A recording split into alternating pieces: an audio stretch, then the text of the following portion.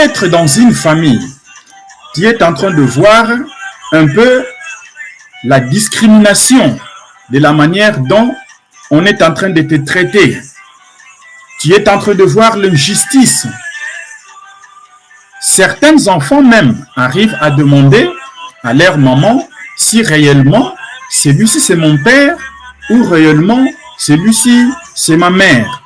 Ou de mon côté, papa m'aimait beaucoup, mais maman, l'affection est un peu, et pas trop, mais en réalité, il y avait quand même un peu une certaine discrimination que je voyais. Et mes sœurs, on n'en parle même pas. Alors, j'ai été tellement négligé, ça arrivait un moment quand on reçoit un visiteur et que notre sœur aînée est en train de présenter les enfants. Alors, il commence par elle-même le nez et la deuxième et la troisième et il me saute. Elle partait maintenant chez la quatrième qui était ma petite sœur. Ça m'avait tellement dérangé. Et là où il y avait des visiteurs ou des fêtes, parfois, je n'avais pas droit vraiment à assister. Et chose encore que j'avais remarqué, que même si on sert la nourriture, parfois, ma nourriture était toujours trop petite. Et la majorité de mes sœurs avaient aussi l'habitude de cousir les habits. Mais pour me faire ne fût-ce qu'une petite culotte, c'était vraiment difficile pour eux. Mon frère, ma sœur, j'ai grandi tellement difficilement. J'ai grandi difficilement. Alors, j'avais une culotte où les gens qui parlent lingala les connaissent très bien.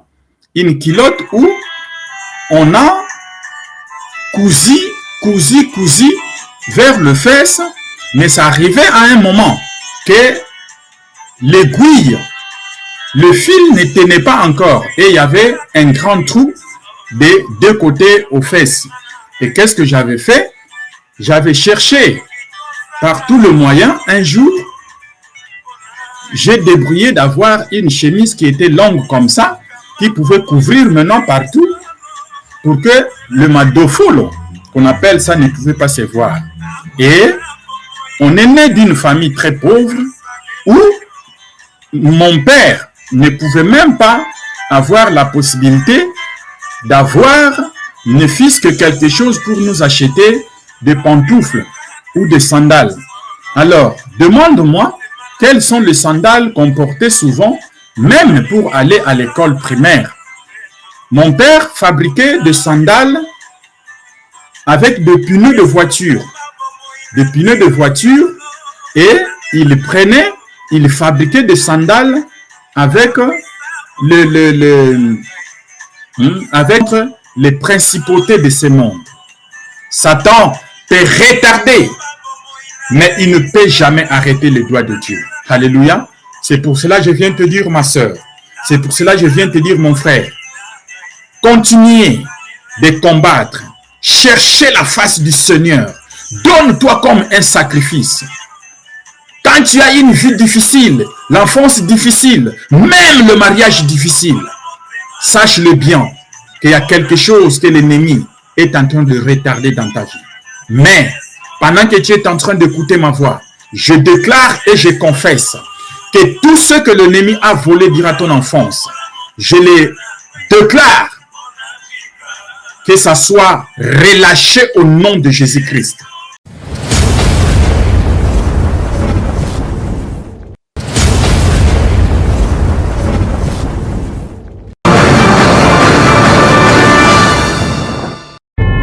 Et l'ange que je voyais debout sur la mer et sur la terre leva sa main droite vers le ciel et jura par celui qui vit au siècle des siècles, qui a créé le ciel et les choses qui y sont, la terre et les choses qui y sont, et la mer et les choses qui y sont, qu'il n'y a plus de temps. Répentez-vous, car le royaume des cieux est proche. Jésus-Christ vient bientôt.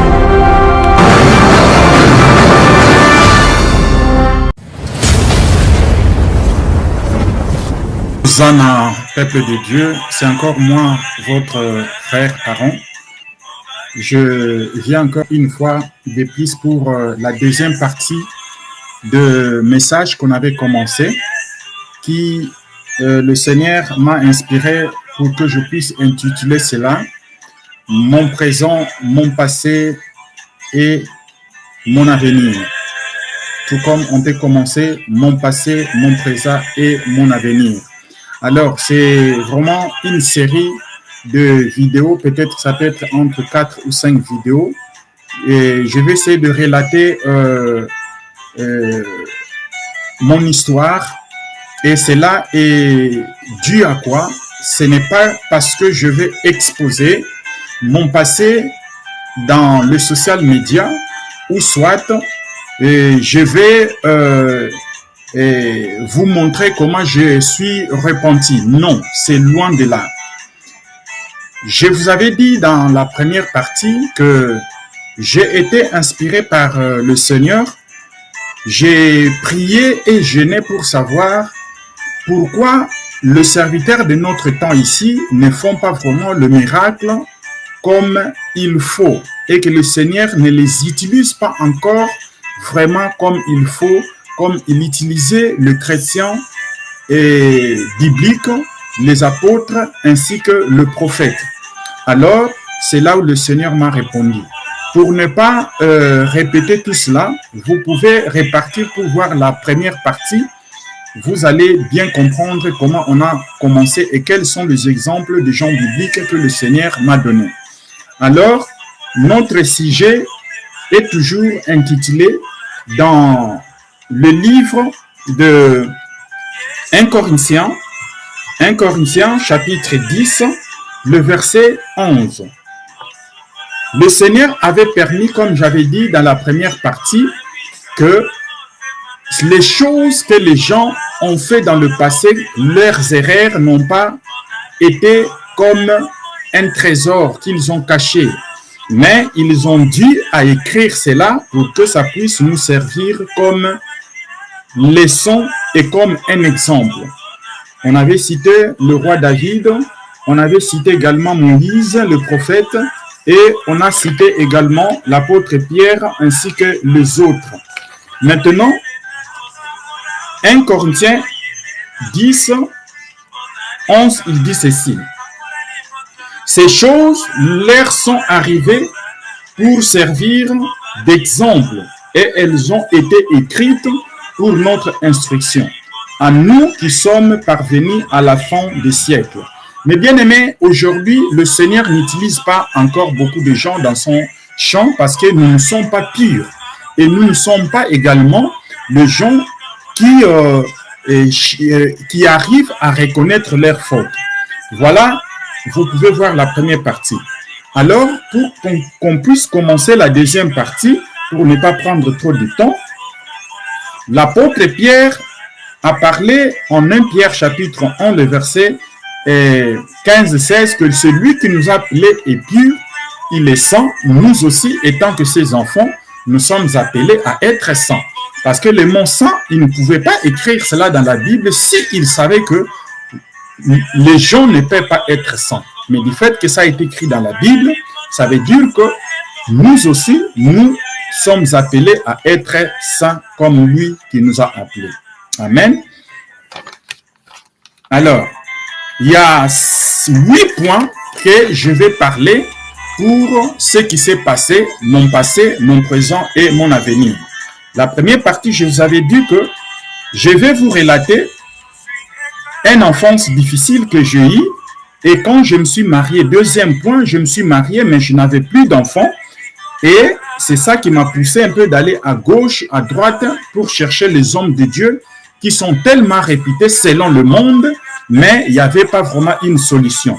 Et troisième point, je vais également vous relater comment les réclamations familiales, compte tenu des noms que nous prenons, ça poursuit aussi notre vie.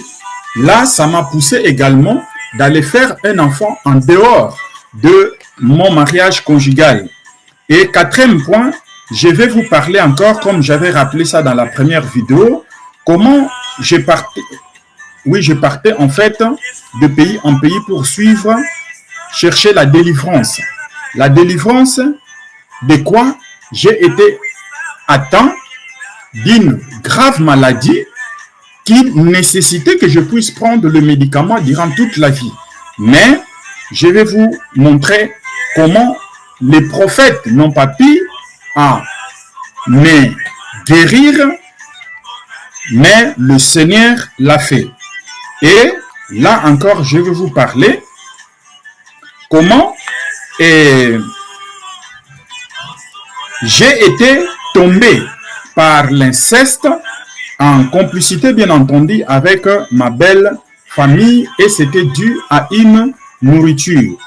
Et je vais également vous montrer comment le Seigneur m'a demandé pour que je puisse faire le sacrifice qui ressemble comme le sacrifice d'Abraham, afin qu'il sache réellement que j'ai changé vraiment mon cœur pour qu'il puisse me donner la confiance qu'il me donne aujourd'hui et me donner également d'autres responsabilités comme j'ai intitulé mon passé, mon présent et mon avenir. Et là, je vais encore vous montrer comment le Seigneur m'a délivré complètement. De ça, ce sont les 7 ou 8 points que nous allons examiner dans la série de vidéos. Le but, comme je dis, le Seigneur m'a appelé pour que je puisse dire ces choses. Parce que parmi les enfants de Dieu, beaucoup de gens également passent de telles situations, de tels problèmes, mais ils pensent que le Seigneur les a abandonnés. Ils pensent que pourquoi? Mais le Seigneur est là. Parce que ce que moi je passais, ça peut aussi encourager quelqu'un. Ça peut aussi enlever quelqu'un dans le silence et lui fortifier également de continuer la course vers le salut. Alors, avant de commencer la deuxième partie, je vous conduis à une courte prière. Seigneur notre Dieu, qui es un Dieu merveilleux, sans toi, nous ne pouvons pas ouvrir nos bouches. Je ne le fais pas à cause de moi-même, mais tu m'as demandé de le faire afin que je puisse encourager quelqu'un. Comme tu as écrit cela dans 1 Corinthiens, chapitre 10, le verset 11, que tout ce qui s'est passé, ça a été écrit pour notre instruction, pour nous qui sommes dans les derniers siècles. Seigneur, me voici avec sincérité et honnêteté. Dans ma bouche, laisse-moi que je dise la vérité à ton peuple, pour que je ne puisse rien cacher comme tu m'as demandé. Au nom puissant de Jésus, Amen. Alors, on part par le premier point. Le premier point, je disais que j'ai passé une enfance, bien entendu, très difficile, dans le sens que nous sommes nés dans notre famille, nous sommes 9. Nous sommes 9 et il y avait devant moi, il y avait 3 filles et moi je suis le 4e comme garçon. Alors, nous sommes ici d'un petit village. Ceux qui connaissent Bakongo, ils savent très bien. Quand tu prends le train à Kinshasa pour descendre vers Matadi, il y a un petit gare qu'on appelle Manzonzi ou Songololo. Songololo, c'est une gare plutôt qui pourrait permettre pour aller vite au village de mon père. Et Manzonzi, c'est une petite gare également qui est proche du village de ma mère. Alors, nous sommes nés dans un petit village où il y avait 50 ou 60 habitants. Alors, dans ces villages-là, les gens, en tout cas, ne prospéraient pas. Et généralement, le jeune, quand il cherche à quitter le village pour aller en ville, en tout cas, il y avait toujours des problèmes et en fait de compte, les gens revenaient toujours au village. Donc, il y avait vraiment l'inceste dans le sens que un petit village, il y avait des cousins, des cousines et des nièces. Généralement, il y avait peu d'étrangers, mais on se connaissait tous. Alors, il y avait une petite école primaire qu'on appelle ça s'est limité à 6e primaire. Ce qui faisait que, à chaque fois, quand quelqu'un arrive, quand il finit première et 6e primaire pour aller en secondaire, il était obligé d'aller en ville ou aller dans un autre endroit pour aller continuer les études. C'est ce qui s'était passé de mon côté. Quand j'ai fini, il fallait que mon père se débrouille pour maintenant m'envoyer à Kinshasa, chez ma tante. Alors, pendant que j'étais au village en tant qu'enfant, j'avais remarqué quelque chose que mes sœurs, en réalité, ne m'aimaient pas vraiment comme d'autres enfants. Je viens vous dire quelque chose, mon frère et ma sœur. Aujourd'hui, tu peux être dans une famille. Tu es en train de voir un peu la discrimination de la manière dont on est en train de te traiter. Tu es en train de voir l'injustice. Certains enfants même arrivent à demander à leur maman si réellement celui-ci c'est mon père ou réellement celui-ci c'est ma mère. Ou de mon côté, papa m'aimait beaucoup, mais maman, l'affection est un peu, et pas trop, mais en réalité, il y avait quand même un peu une certaine discrimination que je voyais. Et mes sœurs, on n'en parle même pas. Alors, j'ai été tellement négligé, ça arrivait un moment quand on reçoit un visiteur et que notre sœur aînée est en train de présenter les enfants. Alors, il commence par elle-même le nez et la deuxième et la troisième et il me saute. Elle partait maintenant chez la quatrième qui était ma petite sœur. Ça m'avait tellement dérangé. Et là où il y avait des visiteurs ou des fêtes, parfois, je n'avais pas droit vraiment à assister.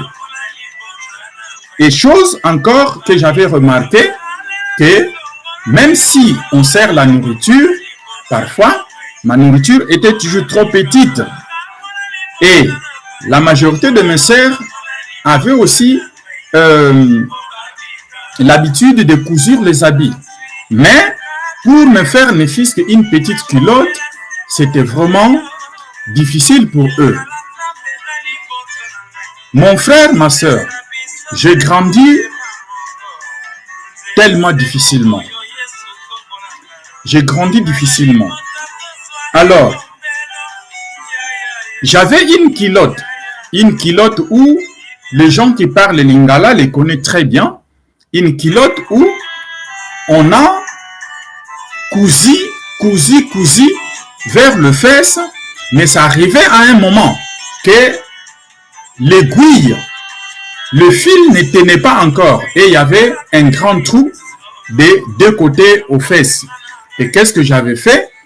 J'avais cherché par tous les moyens. Un jour, j'ai débrouillé d'avoir une chemise qui était longue comme ça, qui pouvait couvrir maintenant partout pour que le madofolo, qu'on appelle ça, ne pouvait pas se voir.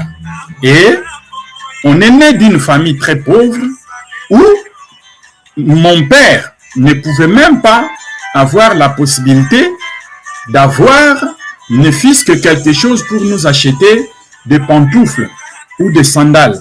Alors, demande-moi quelles sont les sandales qu'on portait souvent, même pour aller à l'école primaire. Mon père fabriquait des sandales avec des pneus de voiture. Des pneus de voiture et il fabriquait des sandales avec avec j'ai oublié les noms, hein, de Pinel toujours, les chambres à air. Voilà, les chambres à air, c'est ce qu'il utilisait comme c'est flexible pour faire maintenant les atassements au niveau pour que le pied puisse rester. Et c'est comme ça que nous avons grandi. Pour manger, il faut aller cultiver le champ et c'était vraiment terrible. Je vais te dire quelque chose, mon frère. Je vais te dire une chose, ma sœur. Si aujourd'hui, tu traverses des conditions très difficiles, sache-le très bien qu'il y a quelque chose que l'ennemi est en train de voir que toi, tu ne vois pas. Rappelle-toi, le Seigneur Jésus-Christ, il y avait beaucoup des enfants qui se sont nés à l'époque, mais ils ont dit avoir son étoile. Toi, ma sœur, qui me suis, et toi, mon frère, je vais te dire une chose. Le traitement que tu es en train de passer dans ta famille, sache-le bien que tu as une étoile qui brille plus que les autres. Mais pour essayer de te décourager, il y avait toujours des paroles qu'ils vont faire sortir des négations, des négatifs. Comme par exemple, toi tu ne vaux à rien, tu ne voudras absolument rien. Et c'était vraiment des paroles toujours comme des malédictions. Mais il y a une chose que vous devrez savoir, qu'à l'époque, comme je ne savais pas aussi prier, je m'inquiétais toujours à ces propos. Mais en fait, l'ennemi peut te combattre. Mais je vais te dire une chose, qu'ils ne peuvent jamais arrêter ou à étouffer ton étoile. Amen. N'oublie pas, le combat ne viendra pas de l'autre côté.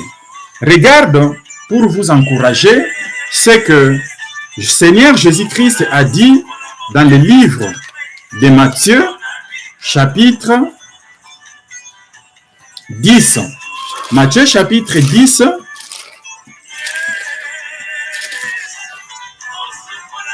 le verset 36, qu'est-ce qu'il dit?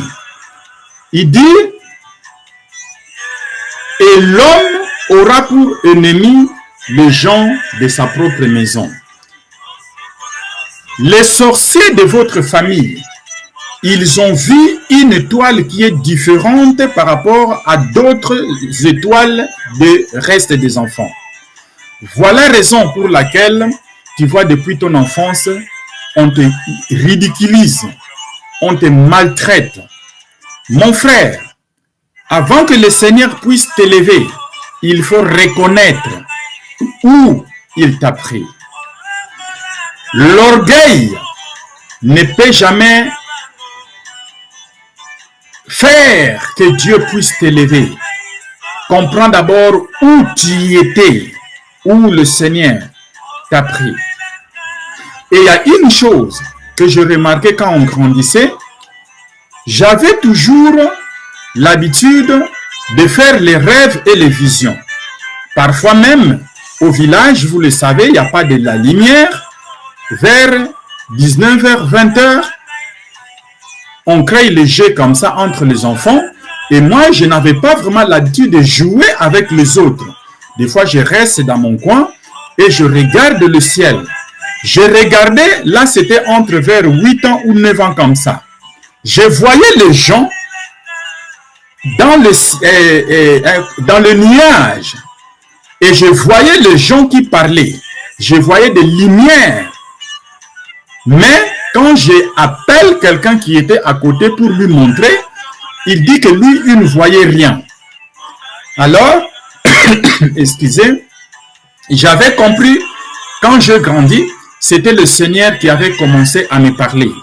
Et quand je fais les rêves, je viens dire à maman ou à papa, ils me disent que le rêve n'existe pas. Le rêve, ce sont tes pensées seulement. Écoute-moi bien, mon frère. Écoute-moi bien, ma soeur. Je suis né et grandi dans une religion où eux, ils ne croient absolument pas au miracle. Ils ne croient pas que le Seigneur Jésus-Christ reviendra pour la deuxième fois. Ils ne croient jamais que les visions existent. Ils ne croient jamais à presque tout ce que la Bible est en train d'écrire noir sur blanc. Selon eux, il faut seulement enseigner la Bible physiquement comme ça. La puissance du Saint-Esprit, la manifestation de la puissance de Dieu. Et ils ne croient pas à cela. Ils disent que cela va se manifester dans le paradis. Je ne suis pas venu faire polémique à qui que ce soit. Mais pendant que je suis en train de parler, vous savez de quelle église que je vais parler. Ils partent de maison en maison pour prêcher, évangéliser. Mais tout ce qu'ils évangélisent, il n'y a pas une puissance de Saint-Esprit derrière cette église. Alors, c'était vraiment difficile pour moi, pour que je puisse avoir une orientation. Et en fait, de cela, selon eux, ils croient que c'est eux seulement qui sont dans la bonne voie. Mais il y a une chose que je vais vous dire, mon frère et ma sœur, toi qui m'écoutes. En plus de cela, regarde beaucoup de versets bibliques qui sont dans la Bible même où ils portent, mais ils ignorent cela. Regarde ce que l'apôtre Paul parle dans le livre d'Actes des Apôtres, chapitre 10, le verset 34. Regarde ce qu'il dit. Alors Pierre ouvra la bouche, dit, « En vérité, je reconnais que Dieu ne fait point exception de personne. » Dans d'autres traductions, ils disent que Dieu n'est pas partial. L'apôtre Pierre a reconnu que Dieu n'est pas partial. Dieu ne fait pas exception de quelqu'un, mais comment Dieu fonctionne? Le verset 35, il dit, « Mais qu'en toute nation, celui qui les craint et qui pratique la justice lui est agréable. » Mais bien aimé, ici, l'apôtre Pierre n'a pas parlé que la religion est telle. C'est ça qui est agréable. Mais il dit bien que à toute nation. Dans d'autres traditions, il dit dans toute personne qui le craint. Il suffit de craindre le Seigneur et marcher dans ses voies et pratiquer la justice. Il dit, c'est celui-là qui lui sera agréable. Mais pourquoi? Et en réalité, il discrimine toutes d'autres religions en pensant que ce n'est que eux qui sont dans la bonne voie.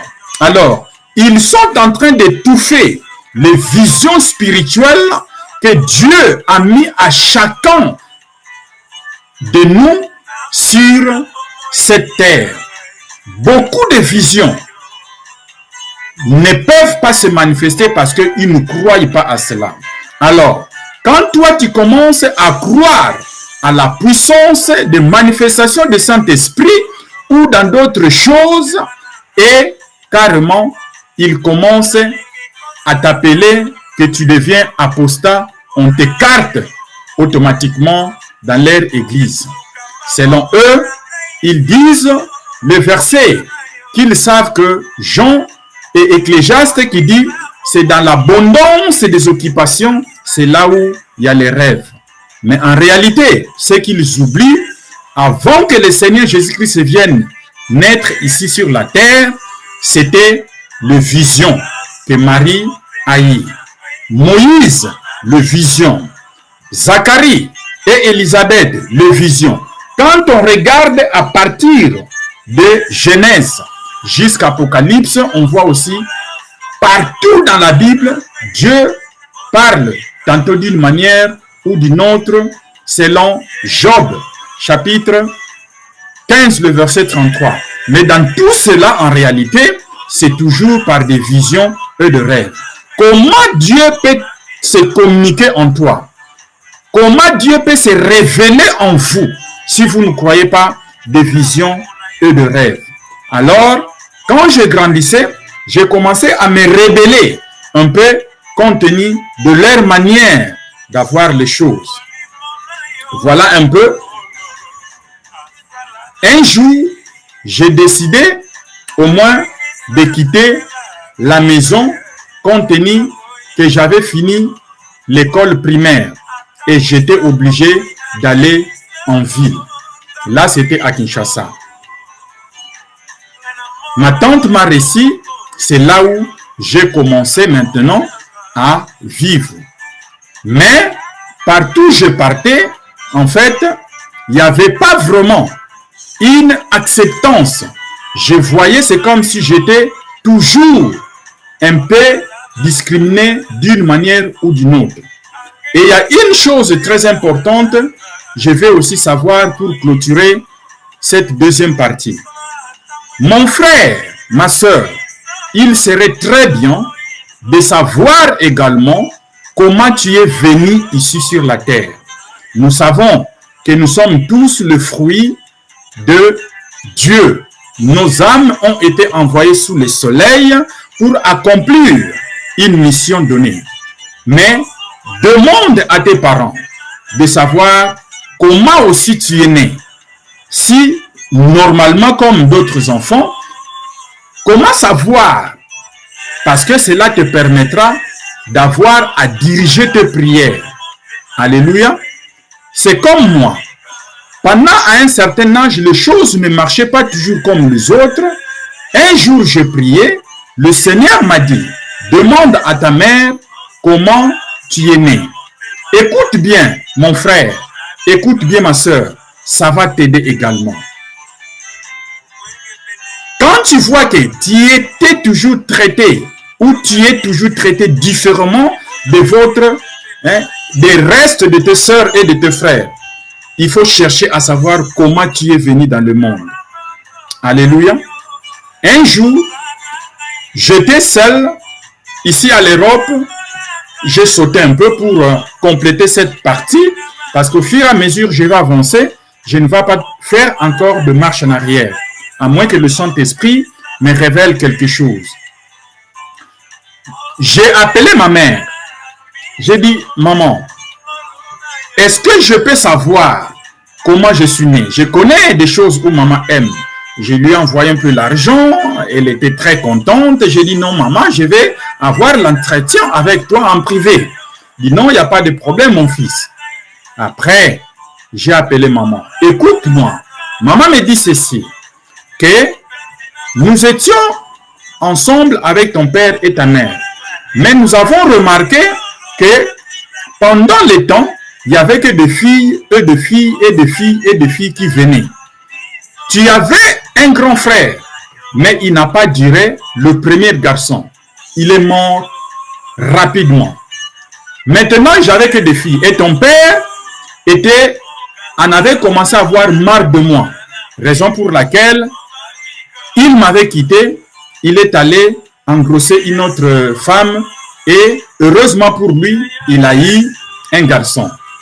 Mais, comme maman ne voulait pas perdre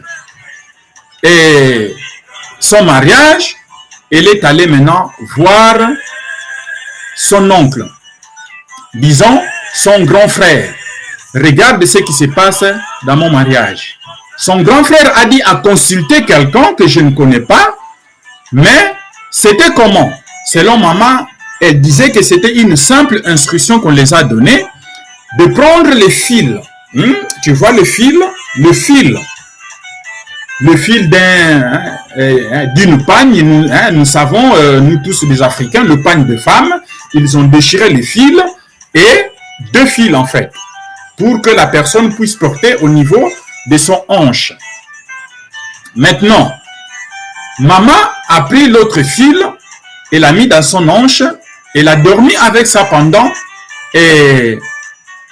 3 jours. Si je n'ai pas oublié, entre 1 jour ou 2 jours, mais je pense que c'était 3 jours. Et la femme de son grand frère aussi. Maintenant, son grand frère, lui, faisait que des hommes et des hommes. Sa sœur faisait que de filles et de filles. Maintenant, c'est comme si dans le monde spirituel, ils ont fait exchange. Ils se sont changés.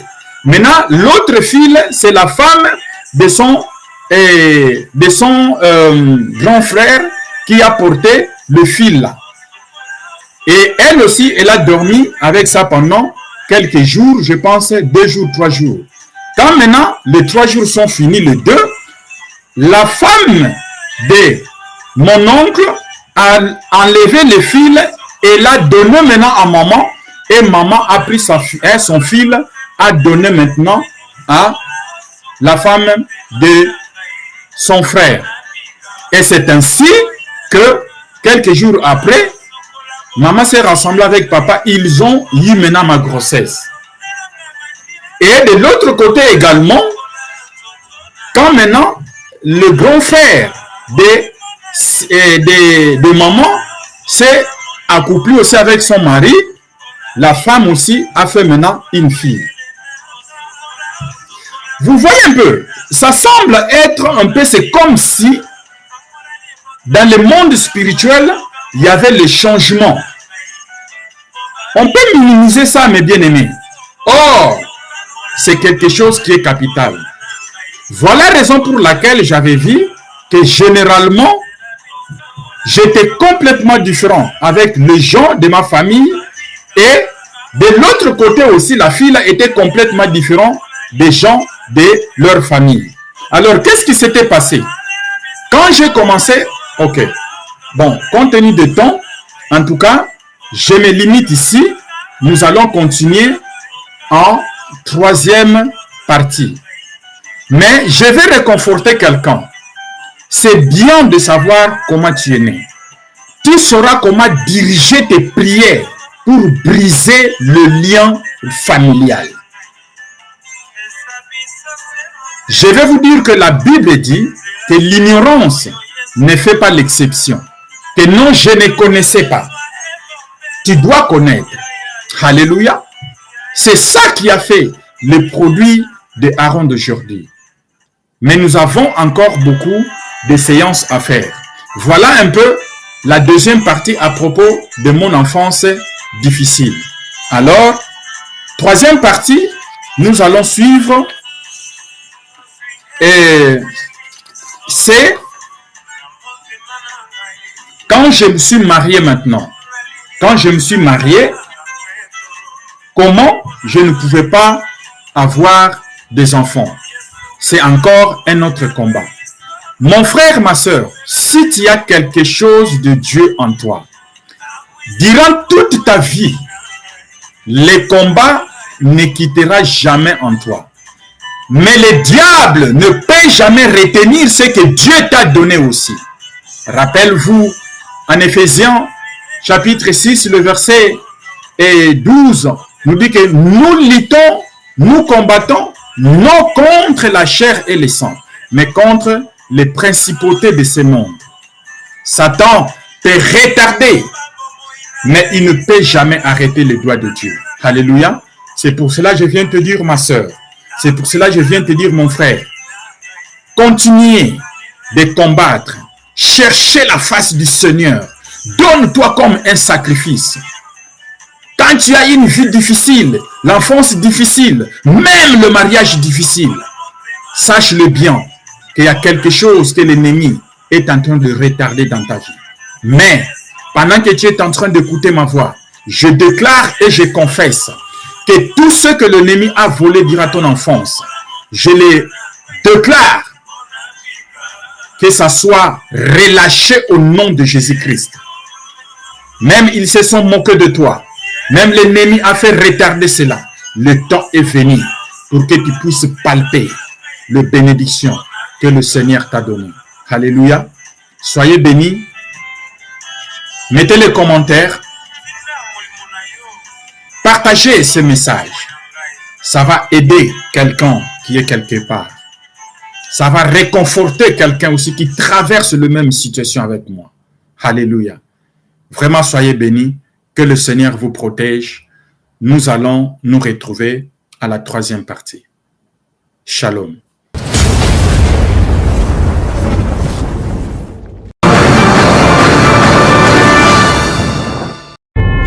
Et l'ange que je voyais debout sur la mer et sur la terre leva sa main droite vers le ciel et jura par celui qui vit au siècle des siècles, qui a créé le ciel et les choses qui y sont, la terre et les choses qui y sont, et la mer et les choses qui y sont, qu'il n'y a plus de temps. Répentez-vous, car le royaume des cieux est proche. Jésus-Christ vient bientôt.